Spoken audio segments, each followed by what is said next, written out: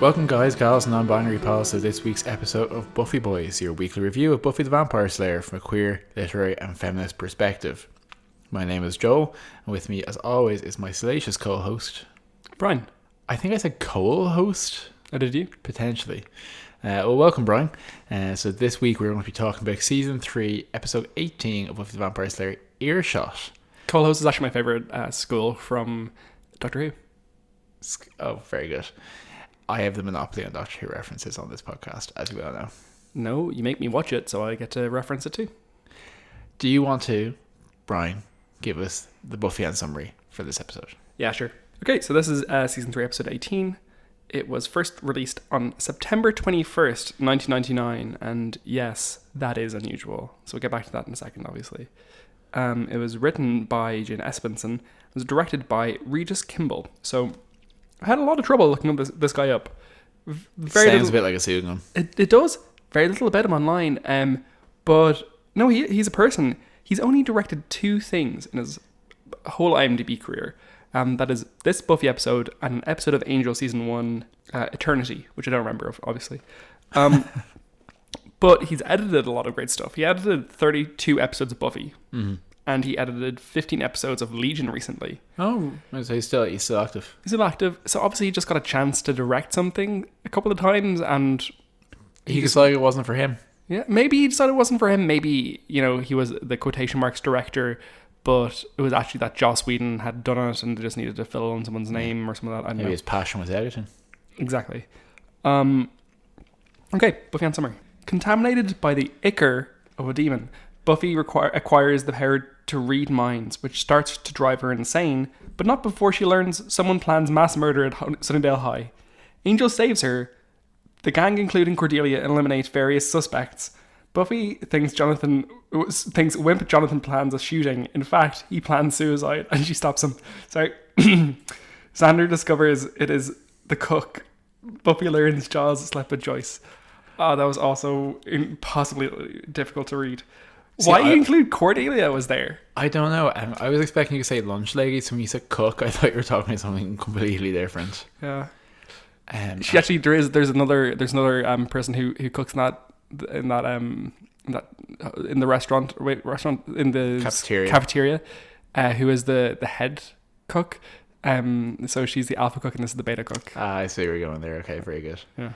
So Brian, before we dive into the poisonous broth of this particular episode, you had some thoughts you wanted to share in our Bronze Banter session about Greta Gerwig's recent opus, Small Soldiers. Small Soldiers, yeah. Are you saying broth because it's like Jello? Because they are oddly similar in the sense that they both contain like bone products and water. Yeah, that's actually a good point. Skipping ahead to the very end of the climax of the episode, it never clicked for me that she was poisoning the Jello. I just presumed she was, because she was making a big vat of something, so I just thought soup.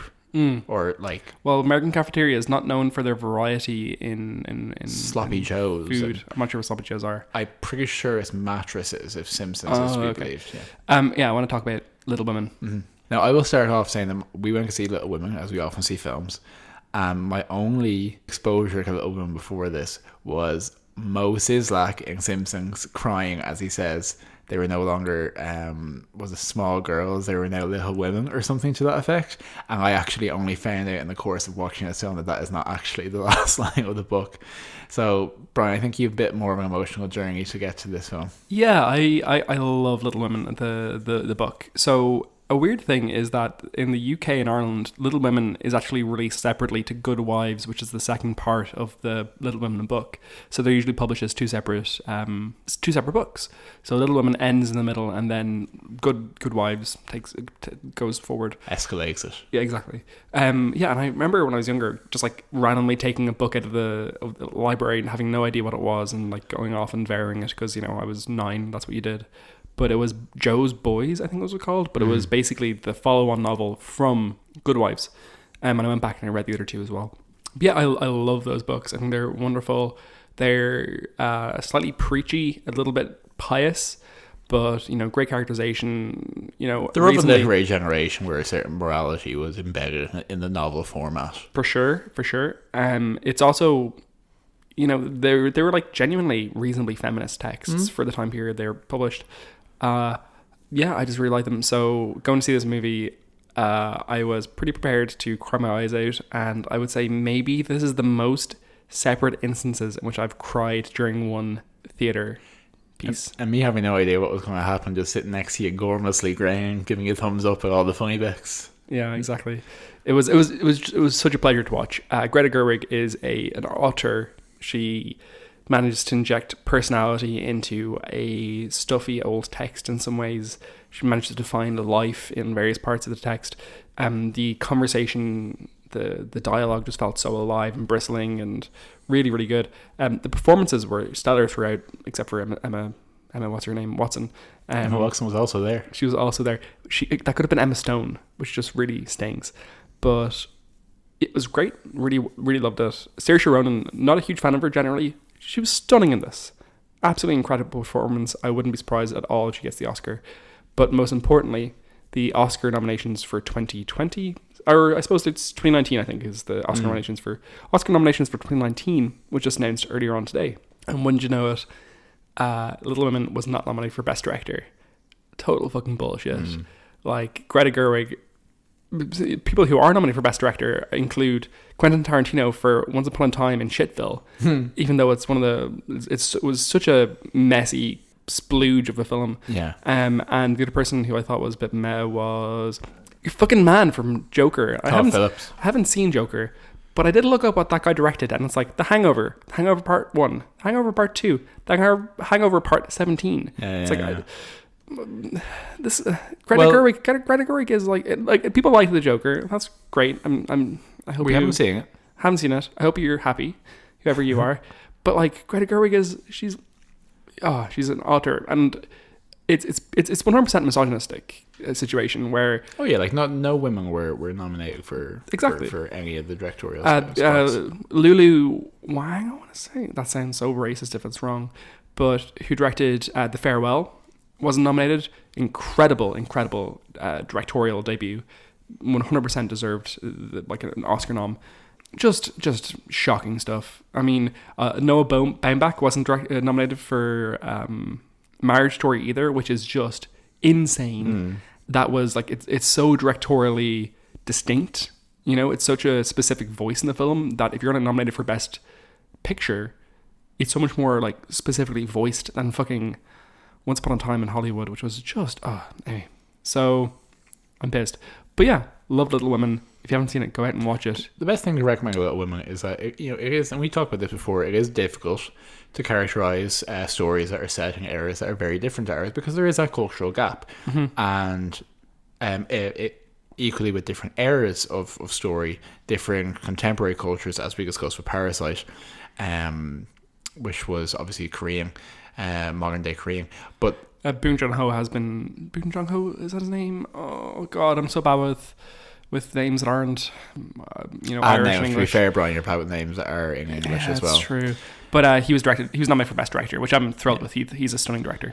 Yeah, no, absolutely, definitely deserved. But the thing is, as I was saying, is that when there is this gap to cross, it can make things feel very disconnected and very unreal, which is why when we see films that are in black and white, they don't feel like they actually happened in many ways. I think that's an uncanny valley a lot of people experience.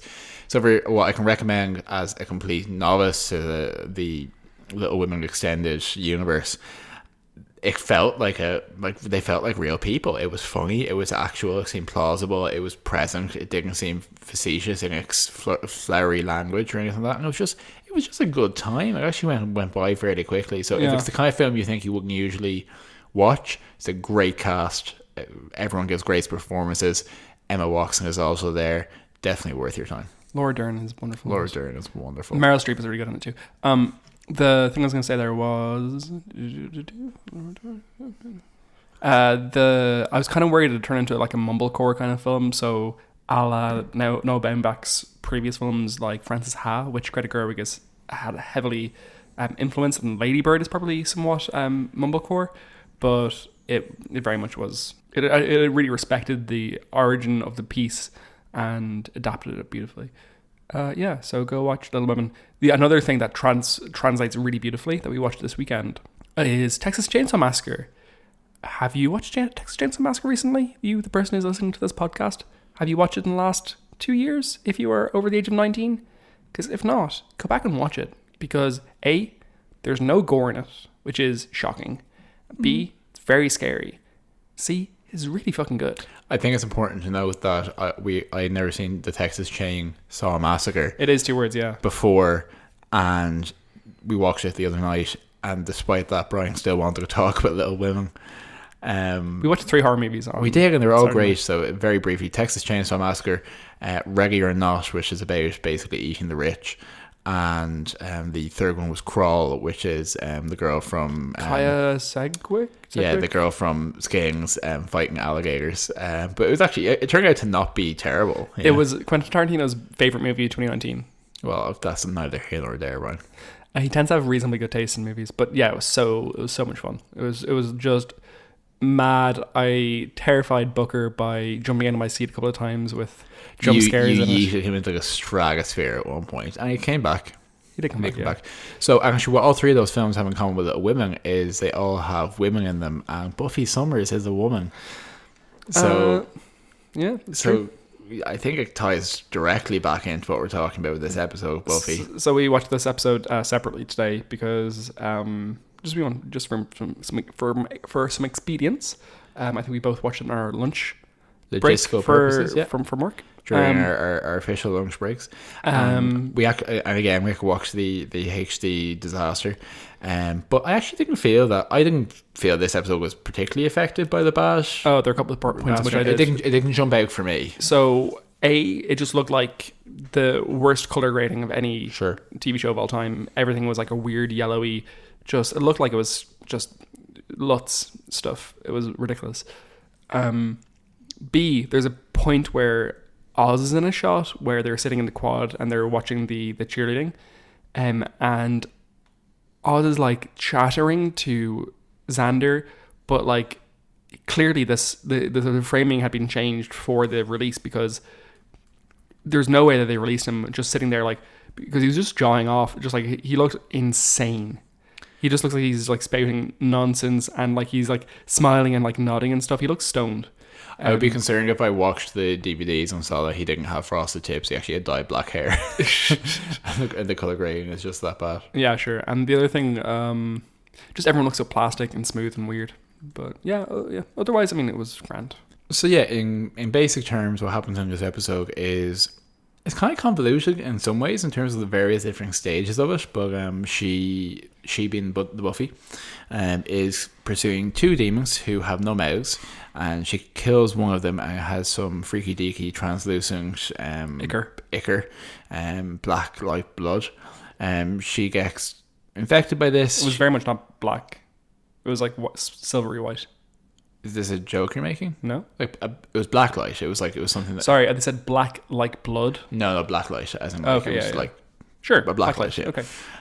She is concerned she's going to take on some aspect of the demon, because that's what this demon does, and it turns out that what she actually adopts is telepathy, mind reading, and it gives her basically a farcical premise to read various people's thoughts throughout the episode and engender various conflicts until she realizes that someone in the school is going to kill everyone the following afternoon, and they have to investigate who that is. And at that point, she also starts going mad because there's too many voices. The Jean Grey problem. So first off, I wanted to say, first off, Joel, let's not paint Buffy with this, like specifically say that Buffy's at fault here, the TV show, and this is just a general problem with media. Mm-hmm. But telepathy is always so boringly shown in every media. It's just like, oh, you can hear a line of dialogue from that person. Mm-hmm. Like, surely everyone knows enough psychology to know that people don't always think verbally, right? Yeah, I think the only example I can think of off the top of my head of a show which has represented those kind of powers well is something like Legion, which commits to it and obviously has the time to do that. But yeah, like I'm probably much more of a verbal thinker than you are, and I certainly know that a lot of my thoughts are just random shapes and colours and smells and stuff. I would say probably like 90% of my like everyday thoughts, if I'm just on my own, which I am a lot of the time, if I'm just sitting around on my own, very little of it, I'd say 90% of it is non-verbal. Maybe you're just impervious to telepaths, Brian. Maybe they'd just be, if they looked at my brain, it'd be tipping fucking bird, you know, from the tippy bird. Yeah, it's stupid like a fox. Drinking from that little thing. Yeah, it explains why when I go to sit down and record a podcast that 90% of the words I come out with are total fucking nonsense. Yeah. But yeah, no, so I always think it's not Buffy's fault, but it's something that, you know, would have been cool if they did something interesting there to represent certainly people don't think in full sentences, you know, because whatever, that's fine. But I thought this episode was a fucking hoot. I thought it was a romp. It was good old like fun. a rollicking good time. I was not surprised at all when after I watched it I found out that Jane Espenson had written it. It felt very Jane Espenson-y. Yeah. Wow. Exactly, Brian. I agree. So I thought it was good. I thought everything throughout it was kind of pitch perfect for me. Straight up from the kind of it just had a fun tone to it. From the opening scene with Buffy pretending to be a final girl, or not even a final girl, actually, sorry, I used that incorrectly, but just pretending to be a victim and trip and fall over so that the demons will catch up with her, and then she like springs on them. It's just funny, and then just the whole thing has good tonal humor through it. It's entirely the kind of episode that with a better handling, something like Go Fish could have been. Because that's also an episode that's very school based. It has kind of a schlocky. It's reasonably self-contained. It's self-contained. Introduces a lot of teenage characters. Has a schlocky kind of initiating premise, just done quite poorly. But yeah, this is enjoyable throughout. And you know, like all great Buffy episodes and like all great genre shows, uses this device to advance the plot in some way in terms of deepening, actually not even the plot, advancing character development, deepening portrayals of definitely Buffy and Angel's relationship. We get to see more of Oz, we get to see exactly the same of Cordelia, you know, all that kind of stuff. You know, I think that's a really useful way to do it. Absolutely.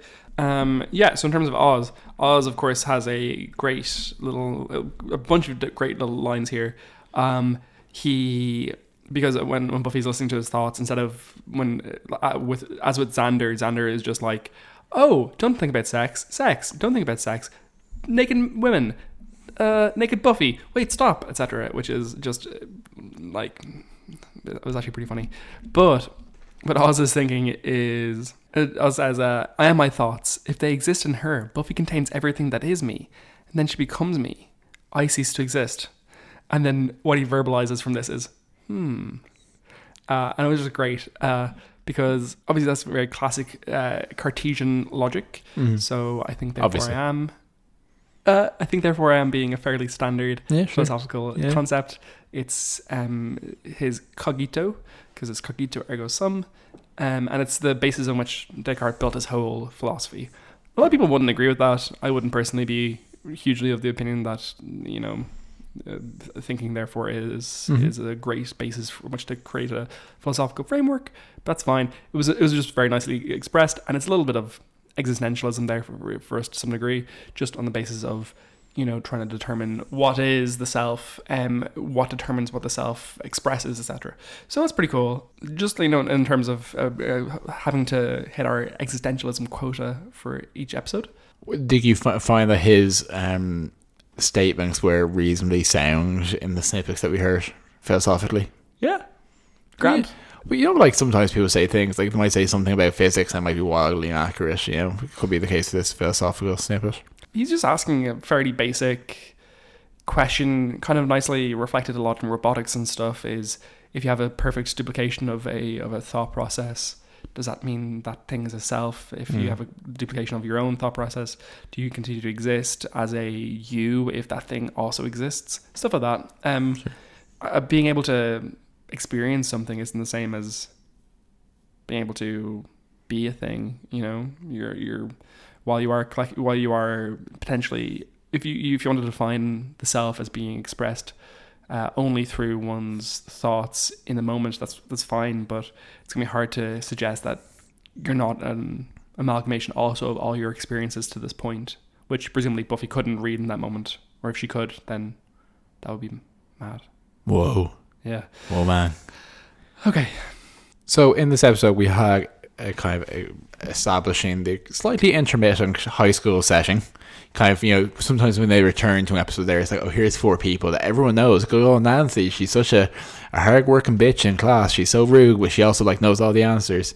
But we did have his name escapes me at the moment. Darcy, I want to say Darcy, who was the guy who Willow was Percy.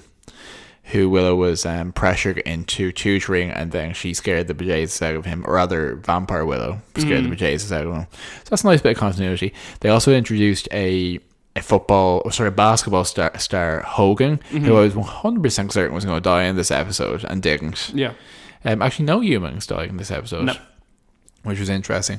And then Freggy, who's the, and I know I say this a lot, but is literally a very welcome to my dark and twisted my MySpace user, who is the editor of the school newspaper, the Sunnydale Sentinel. Sentinel, yeah. Sunnydale High Sentinel, I think. Sorry, High Sentinel, which would make more sense. Who I presume never appears again. And Willow's scathing but sincere description of him is like, oh, he does the newspaper. He's sardonic. Where if Will said that about me in such a matter-of-fact way, I would feel like 2 inches tall. Yeah, that guy, actually, I looked him up on... I just looked up his... I tried to look up all the bit actors in an episode. His Wikipedia page is the longest of any actor I've ever seen.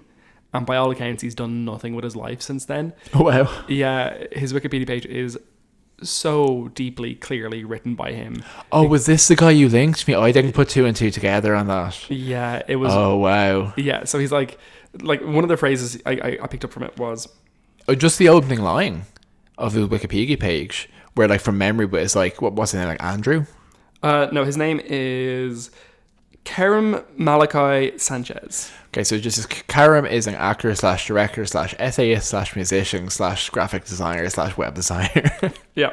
One of the lines was that his company, this is under the heading, there was one heading that was new media, it's about his podcast and stuff, and the next one was virtual reality. Mm-hmm. And he's involved with some virtual reality stuff, and it was one of the lines was, he has created one of the world's first 360 ASMR immersive videos, which is just anyway, go look this guy's Wikipedia page up. It is insane. Also lying about his social media site that he set up, where with no citation, there's this. I'm surprised this hasn't been taken down, but it says he thought this up 6 years before MySpace and Twitter and Facebook. In fact, it's very similar to Facebook. Even the color scheme is like Karim's website. How is this page not being taken down by the Wikipedia police? It was fascinating. I loved it. I love bad tiny bit actors who don't get much work writing their own Wikipedia pages. And all for it. I miss where it was easier to have unregulated Wikipedia pages, even though I love the knowledge and all that kind of stuff. But we gone are the days where you could have a Wikipedia page about disturbing anthropomorphic Irish monsters, the Morbegs, and how they pull a knife on Ryan Tubridy on television. Yeah, we used to mess with our school Wikipedia page a lot when we were younger. We used to list all the nicknames for one of our teachers called Joe, who was a very lovely man who taught me English. Anyway, let's get his name, a clean read of his name one more time so people can actually look this up. Oh, Karim Malachi Sanchez. And that's Karim, K-or-E-M. K-E-or-A-M. K-E-or-A-M. Yeah. Okay, so if you start off with that, you'll probably get to them. Lots of frosted tips in this episode. Yeah, absolutely. Log of just 90s high school characters. You have... My favourite 90s high school character was definitely Larry in this episode.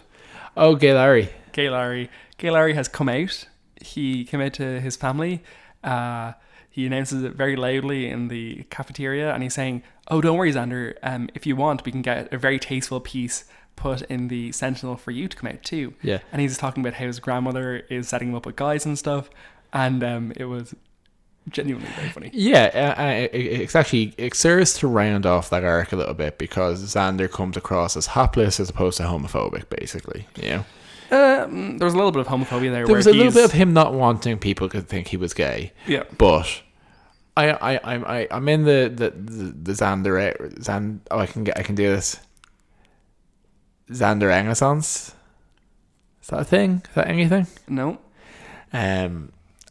I think he's, I think he just want to ruin his chances with girls. I think it's a little hapless. It didn't come across as homophobic to me. Okay. I mean, For all queer people, I have approved this.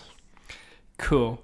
Anyway, so one of the things I was reading about this episode was the suggestion that what's going on here is Mark Field suggests that the purpose of this episode, in terms of the structure of the season, is that while Buffy's isolation has been explored quite extensively, and it's even exemplified in this episode where she's not able to go to the basketball game, I think it was. Basketball game, yeah. Everyone's going, of course. Everyone's going, including Willow, who's suddenly a huge basketball fan, which is actually really nice. Buffy can't go, so she's isolated, and this episode is trying to bring her back into the fold and try to show her that the Slayer needs to empathize with the people around her. So one of the major moments of the episode is obviously her talking to Jonathan. We'll get to all that in a bit, but she's basically saying to him that everyone around him they're ignoring him, but it's because they're all in so much pain themselves. And she knows this because she's experienced this. She's been floored by how much pain all these people experience. Yeah. With that, you also have to look at the expressions of selfhood beyond just the existential stuff talked about by Oz in this episode. When Buffy's brain starts to be invaded by all these voices, she loses a sense of self. So it also highlights the importance of Buffy's not isolation, but sense of self and sense of distinct individuality. So that's pretty cool. Yeah, it's an interesting one. And it's another example, I think, of whenever Buffy gets a little bit of power, just for a short period of time, she gets something new or nifty, she kind of gets a bit selfish. And it's fine, because she's a very regulated life. She puts herself under a lot of pressure. But this reminds me a lot of when she finally had Faith to hang out with for a bit, and she's got a bit kind of self-absorbed. And she's kind of self-absorbed in this as well for a bit. But this is exactly the kind of thing where... I'm trying to think where there's a similar... I felt like there was a similar example somewhere else in the series. But they play this ability she has for laughs. Oh, I know exactly what I was thinking of. Something like Tara and Willow, which is obviously a more complicated situation. But because of how that's played, what Willow does with her abilities and all that, and how she manipulates Tara is considered very serious. Whereas in this episode, because we have kind of a more jaunty theme, soundtrack to it, Buffy is essentially invading people's privacy and manipulating them in various ways. With her trying to read Angel's mind and all that kind of stuff. That was a particularly not good moment. As in, it was let's be real, it's a childish thing to do rather than a deeply evil thing. Yeah. But she does go to visit Angel to try to read his mind to find out if he actually really fancies Faith, and instead she can't read any of his thoughts because his thoughts have no reflection in others or some... That's some Stephanie Meyer's shit right there. Oh, God. So one of the notes I read was apparently in season 5 episode The Gift, I presume this is with Spike, someone reads his thoughts, and apparently it happens again in the bargaining. No, I think it's that they can. I think they're able to read their emotions, and he can receive thoughts. Okay, so it's a little bit of a skirting the loophole a bit, yeah. Sure, but for a funny, for an interesting bit of vampire lore, it's fine. Yeah, there's also it's specifically what happens in reverse in Twilight, right? Is that Edward can read everyone's thoughts except for Bella? Yeah, and God, I don't even want to get into it, but basically it turns out that all the vampires have individual superpowers. Oh, she turns off other people's superpowers around her or something? She has basically a latent ability to generate a bubble within which powers don't work, and currently it's inside her brain. And once she learns to so that's why he can't read her thoughts. When she learns to push it out, she's trapped inside a giant bubble, like a girl in a plastic bubble, and just pow, and she's anything. Everyone's powers turn off. That's it. You sure do know a lot about Twilight. I read all the books. I thought it was going somewhere. There's a bit in the later books where she gets turned into a vampire, and they talk about how she was the spoilers. Yeah, whatever. Honestly, whatever. About how she was just so much better at being a vampire than people who've been vampire for hundreds of years. It was like she was born to be a vampire. She it is the definite. And you look, it's the whole thing. It's the whole thing. You also, speaking of Angel, you highlighted that. This episode kind of reflects Buffy's worries. Yeah, I think specifically in the last episode, she's exposed to Angel. She's had some opportunity to try and tamp down and dilute how terrifying Angelus was and how difficult that was, and try to return some normality. And she talks in the start of this episode about how, even though she knows that Angel was play acting for the purpose of the plan, that it was scary to see how evil he can be and to feel like he could hurt her, and not being able to ignore that there is a demon inside of him. And then very shortly after that, she is concerned that by being infected with the demon, she's going to be isolated. She won't be able to control whatever it might be. Maybe it'll be fangs, maybe it'll be a tail, maybe it'll be some kind of murderous impulse that comes from the demon. And how could she deal with that? So I think there's definitely a counterpoint between her understanding kind of Angel's predicament a little bit more, but also just reflecting those fears as such. That's great reading. That didn't occur to me at all. You're so smart. Thank you. I just thought that those two scenes are so closely together and nothing else like happening yet. I was like, oh, this seems like a thing. Joe like scribbling this down furiously, being like, I will be Brian on literature this week. Yeah. I also noticed that while she was patrolling, having this revelation, there was a house behind her which had house numbers on it, but the house was maybe 200 feet away, so the numbers must have been at least 15 feet tall. Wow. Like, they were enormous, comically large numbers on the size of his house. That's hilarious. One thing I want to note is apparently Joss Whedon specifically wrote or rewrote two of the scenes in this episode. They were the classroom scene and the clock tower scene. It's been called the bell tower, the clock tower, which I totally believe. In the classroom scene, obviously they're discussing Othello, because it's a like they work it in very well, in the sense that they're talking about how Iago represents the inner darkness within a character. So with that, we get lots of themes of duplicity, and as Buffy's experiencing with Faith, but also of conscience and guilt and all this stuff.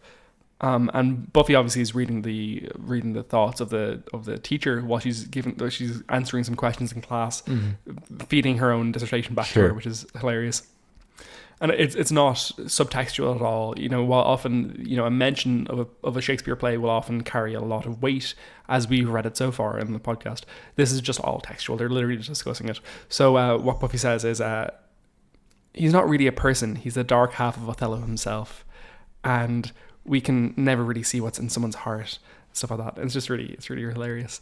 The other Shakespeare reference in this episode, I thought, specifically, was to Lear. Mm.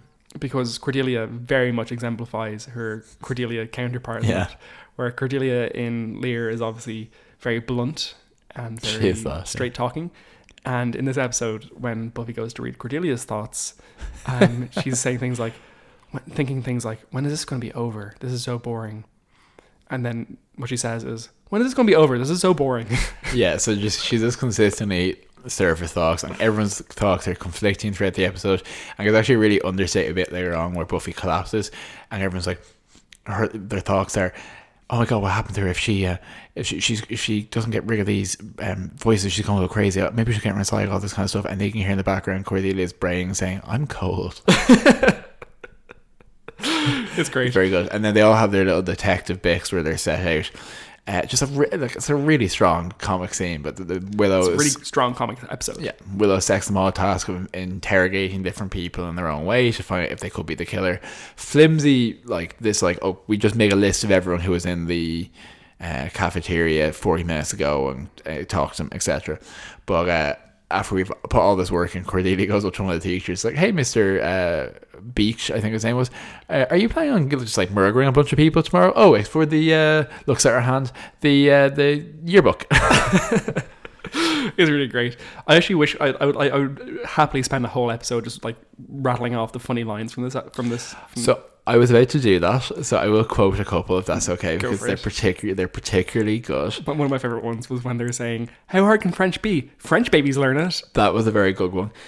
What wasn't one of the great lines that will go down Buffy history was Giles saying in a real throwaway fashion, a new fabric softener can often cause irritation. Because there was no tonality to it. It didn't seem necessary to include it. Absolutely great.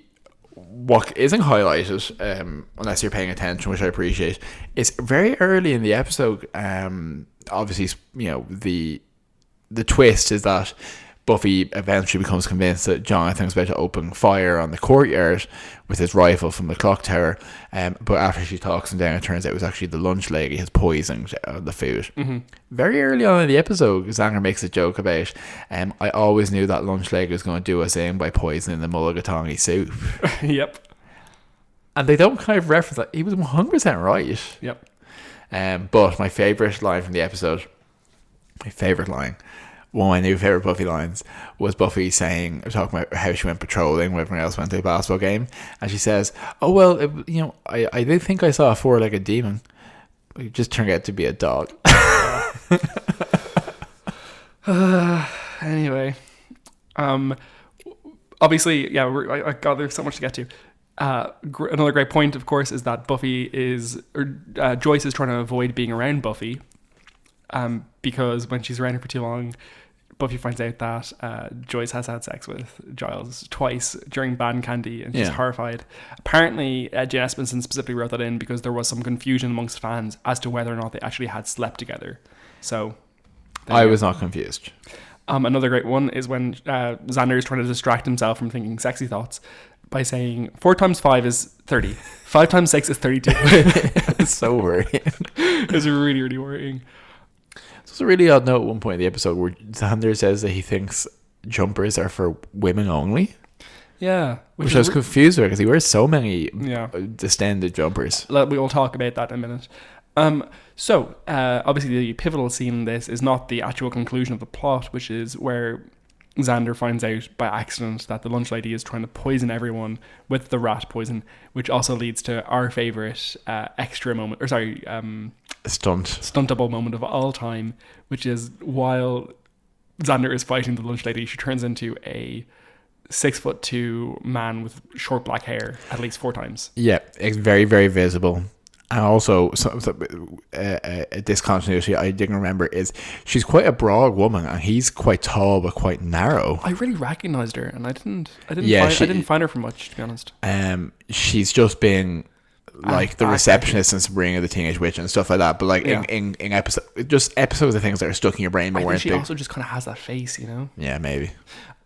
So they go up into the clock tower. Buffy parkours her way all the way through the quad to a very public display of Slayer power, I thought. Get up to this clock tower, which previously hadn't existed because it was specifically built for this episode, and it does actually feature again in Graduation apparently. But she jumps up and parkours all the way up to find Jonathan, who's getting ready to kill himself with the hugest power rifle. I'm not sure what that's. It's a high-powered long-range rifle. It's my biggest problem with this episode is that it is, I think, a disingenuous misdirection to the audience, because it's clearly the kind of rifle that would be used to kill people from a distance, and not the kind of thing that you could kill yourself with. Yeah, you could, but it's just not. It's like that was perhaps an unfair misdirection, I think. But anyway. Yeah. You need to pull a Hemingway. Yeah. Anyway, so she has her lovely little conversation with Jonathan, in which she's like trying to talk him down from killing everyone, and realizes very late into the conversation that he's actually just planning on killing himself. She kind of gives her empathy speech about how difficult it is to be just a person, basically, which is, it's astute. And she highlights that she could have easily disarmed him, but she wanted to talk him down, which I think is a crucial part of her characterization. Yep, I think it's a very important development for the season. Fascinatingly, though, this episode was pulled. So I presume you read about this. Yeah, absolutely. Go ahead. So the Columbine Massacre happened a week before this episode was meant to air. Obviously, this episode deals with a sort of similar theme in the sense that there's a suggestion that there will be a school shooting. At one point, Xander says, "Oh, we've all have those thoughts," and they also say that's almost becoming trendy about school shootings. So yeah, it was pulled and it was aired. I think 6 months later in September, just 2 weeks before the season 4 premiere. Apparently, Sarah Michelle Gellar specifically lobbied actively to have this episode released because she felt that it would actually be a helpful episode for people who were affected in any way by tragedies like Columbine, because it's about empathy and stuff. And while I agree with her, I also think it was probably a smart idea to pull the episode. If you're, I don't know, just it must have been such a terrifying time for teenagers and if most people who were watching this show at the time were probably teenagers. They're probably terrified about going into school and seeing their favorite vampire high school thing show them this. I don't know. I've actually genuinely I've thought about this because it's happened this episodes and films and pulled for various things over the years, and I often think about this. They're usually pulled by creators more often than not. Hannibal, there was an episode of Hannibal that specifically was pulled by Brian Fuller. Yeah, what was that about again? It was about children being kidnapped and weaponized. Yes, and I think if nothing else, I think there's an empathy to it, and primarily because there's nothing to be gained from being brute force about, oh, we're going to put this on anyway. But also, you wouldn't write that theme into an episode if you knew it was going to have that kind of emotional weight or that emotional payload. You're writing for it. You're writing something that has, you want to maybe put a 5 in, and what you've actually put in, which you couldn't have predicted, is a 26. Yeah, and that just distorts your episode until the environment settles down for it to be appreciated. It can be appropriate to just be like, okay, let's put this off for now. It's kind of similar to the Spider-Man thing where they had the shot of the two towers in New York. No. Twin Towers in New York. Very sorry. Where Spider-Man catches an airplane by using a helicopter by webbing between the two things and catching them in there. They removed that because the September 11 attack happened in the meantime, and it's kind of like, you know what, there might be a bit of silliness to it there.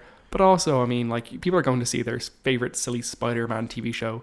I can understand why they're not looking to go and think about.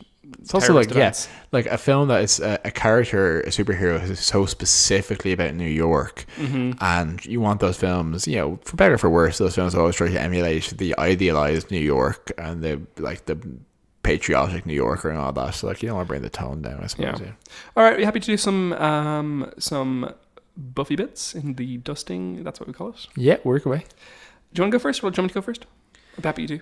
Yeah, I'll just throw in a couple of observations I had in terms of things I found interesting. One is that Angel can tell his mind is being read, which I thought was, Could he? Well, because he perceives that Buffy is trying to read his mind before he finds out that he's like, you're trying to read my mind. This must be the aspect of the demon you got. He doesn't know that she is mind reading. I presume he deduced. Maybe it's deduction, but it's a bit of a leap as well.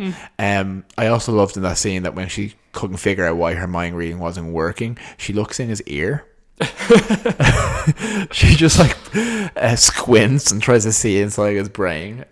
She's not a smart girl sometimes, our Buffy Summers. Though in fairness to her, she does figure out incredibly quickly what's happening. So she does. She's a great deductor. Once again, what happens is that Xander's thinking something and he's like, I can't believe I have to watch Cordelia and Wesley hanging out and smooching or something. And Buffy's like, oh, that must be difficult for you. And he's like, what? You must be reading my thoughts. And she's like, I am reading your thoughts. As opposed to another heroine would take 2 years thinking that people are saying things but actually thinking it, etc. The other thing I thought was interesting is just that Buffy kind of representing another trope that we don't have in literature sometimes here, when she's convalescing and just being the kind of the sick girl in the bed, kind of being taken care of, and kind of the various literary weight that comes along with that. I thought the blanket that Joyce was wearing while she was taking care of her looked so incredibly comfortable. I was very, very jealous of that. And moreover, I think we have this whole comic thing about what Cordelia is like investigating and being a bit of a private detective, chasing down clues, which is just funny to think that in a handful of episodes that then becomes her permanent career for the rest of her life. And she gets very good at it. She gets very, very good at it. She does. Apparently, Jane Espenson specifically pushed to have Danny Strong featured as the student up in the clock tower because she felt that he had the acting chops for it. She was clearly right, so well done, Jane Espenson. Maybe did Jane Espenson discover Danny Strong to some degree? Yeah, well, I don't know. I don't think he was doing anything before this. Yeah, well, obviously Danny Strong went on to be in Gilmore Girls. He was great in Gilmore Girls. Yeah. I just finished my rewatch of Gilmore Girls. It was great. And he obviously now writes Empire, which is huge. Yeah. Anyway, so the part at the very end of the episode where Buffy confronts Giles with the fact that he had sex with Joyce, and he immediately walks into a tree, which is one of my favorite moments of Buffy ever. Apparently Anthony had improvised that. If we commit to it. Yeah, so that's pretty cool. This is the only time that Wesley and Joyce meet, would you believe? When did they meet? They met, when did they meet? They met when Buffy was brought home, I think. Maybe Giles went with Wesley. That was such a blink and you miss it meeting. But yeah, that's not a pairing, I can imagine. This is the last time that Angel's ever in Buffy's house. Oh. Yeah, it's kind of sad. Some good times. Yeah. And I am using the tone of voice which would indicate that I'm going to say something else, but I can't think of anything. Fashion? No, one second. Oh yeah, and I think we have to specifically read the part where Xander is running around pulling Jello out of people's hands in the cafeteria as being a Soylent Green reference, right? Yeah, I can see that. Absolutely. That's what I thought. Grant. Okay. Fashion. So many fashion notes. We're going to start. Xander wears some of the worst clothes he's ever worn in this episode. At one point he's wearing a canary yellow like jumper and it fits him well, and it's like, you know, you got the fit right. The color is so fucking awful. It's unbelievable. And yellow can be very fetching, just not here. Mm-hmm. It looks radioactive. And at another point he wears a like red, white and green striped bowling shirt, like a candy with cane, like, kind of. Was it candy cane? It looked something like it that, was just one of the absolute worst thing I've ever seen anyone wear. Oh, it was awful. Willow looked great the whole episode. She wears a really nice red hoodie at one point. She wears a really nice, genuinely quite nice fluffy purple top with a winking cat on it. Oh, sorry, there's another part where she wears a glitter kitty. Yeah, you're right. She wears that hat that she wears sometimes where she looks like she's gotten a bad haircut and she's trying to hide it. Mm-hmm. Whereas her hair is actually really nice at this point. Yeah, it looks good. Yeah. Wesley's suits fit him a little better in this episode, to be honest, than they had previously. Mm-hmm. So I think they're trying to humanize him a little bit. And the last note I'll say is that Buffy, at the end of the episode, is wearing, or maybe towards the end of the episode, is wearing a white top with, a black top with like a white sheer skirt thing and like black boots, and she looks so fucking chic. She could like be walking like a catwalk the way she's looking there. She's looking incredible. Yeah, no, absolutely. She has some great fashion in the episode. What I would add to that is she wears like a very straight kind of pipe cleaner like grey slate dress at one point, which is just not form fitting, but just very angular in a way, which is very powerful. The only thing I don't like about it is it has flowers or some floral pattern stitched into it, and it's 3-dimensional. It sticks out from the dress. I don't like that. That's the thing you take off. In the start of the episode, she's wearing a pink undershirt, but has like a pink jumper tied around her neck as well, and it's also just very, very fashionable. So that's at the beginning of the episode. At the very beginning of the episode, she's wearing the orangest coat of all time while she fights the demons. It's an incredibly orange coat. Her light jacket, yeah. Death count, pretty simple.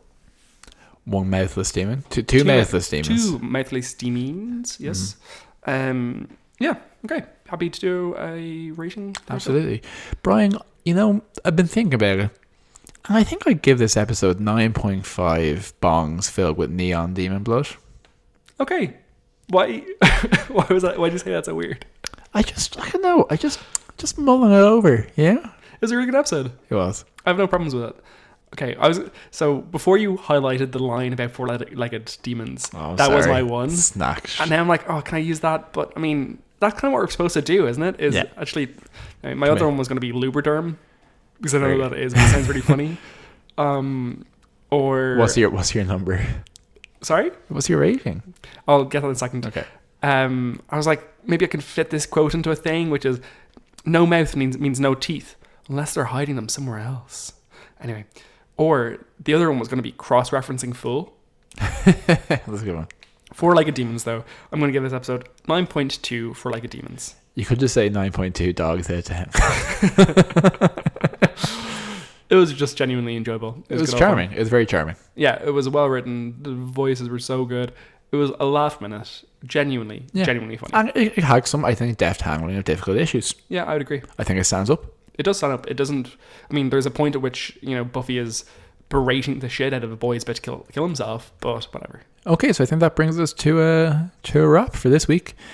So thanks very much for listening to Buffy Boys. If you enjoyed this episode, tell your friends, tell your murderous lunch ladies.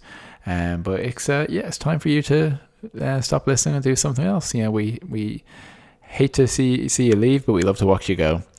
So from me, Joel, and also from Brian, we will see you for our episode next week, which is going to be episode 19, Choices. On this podcast, which is called Buffy Boys. Buffy Boys. I'm actually like I'm so tired, and I'm so like I'm so low energy. I'm not doing anything else. I'm sorry. See ya. That's all you get from me. Goodbye, Bye you now. leeches.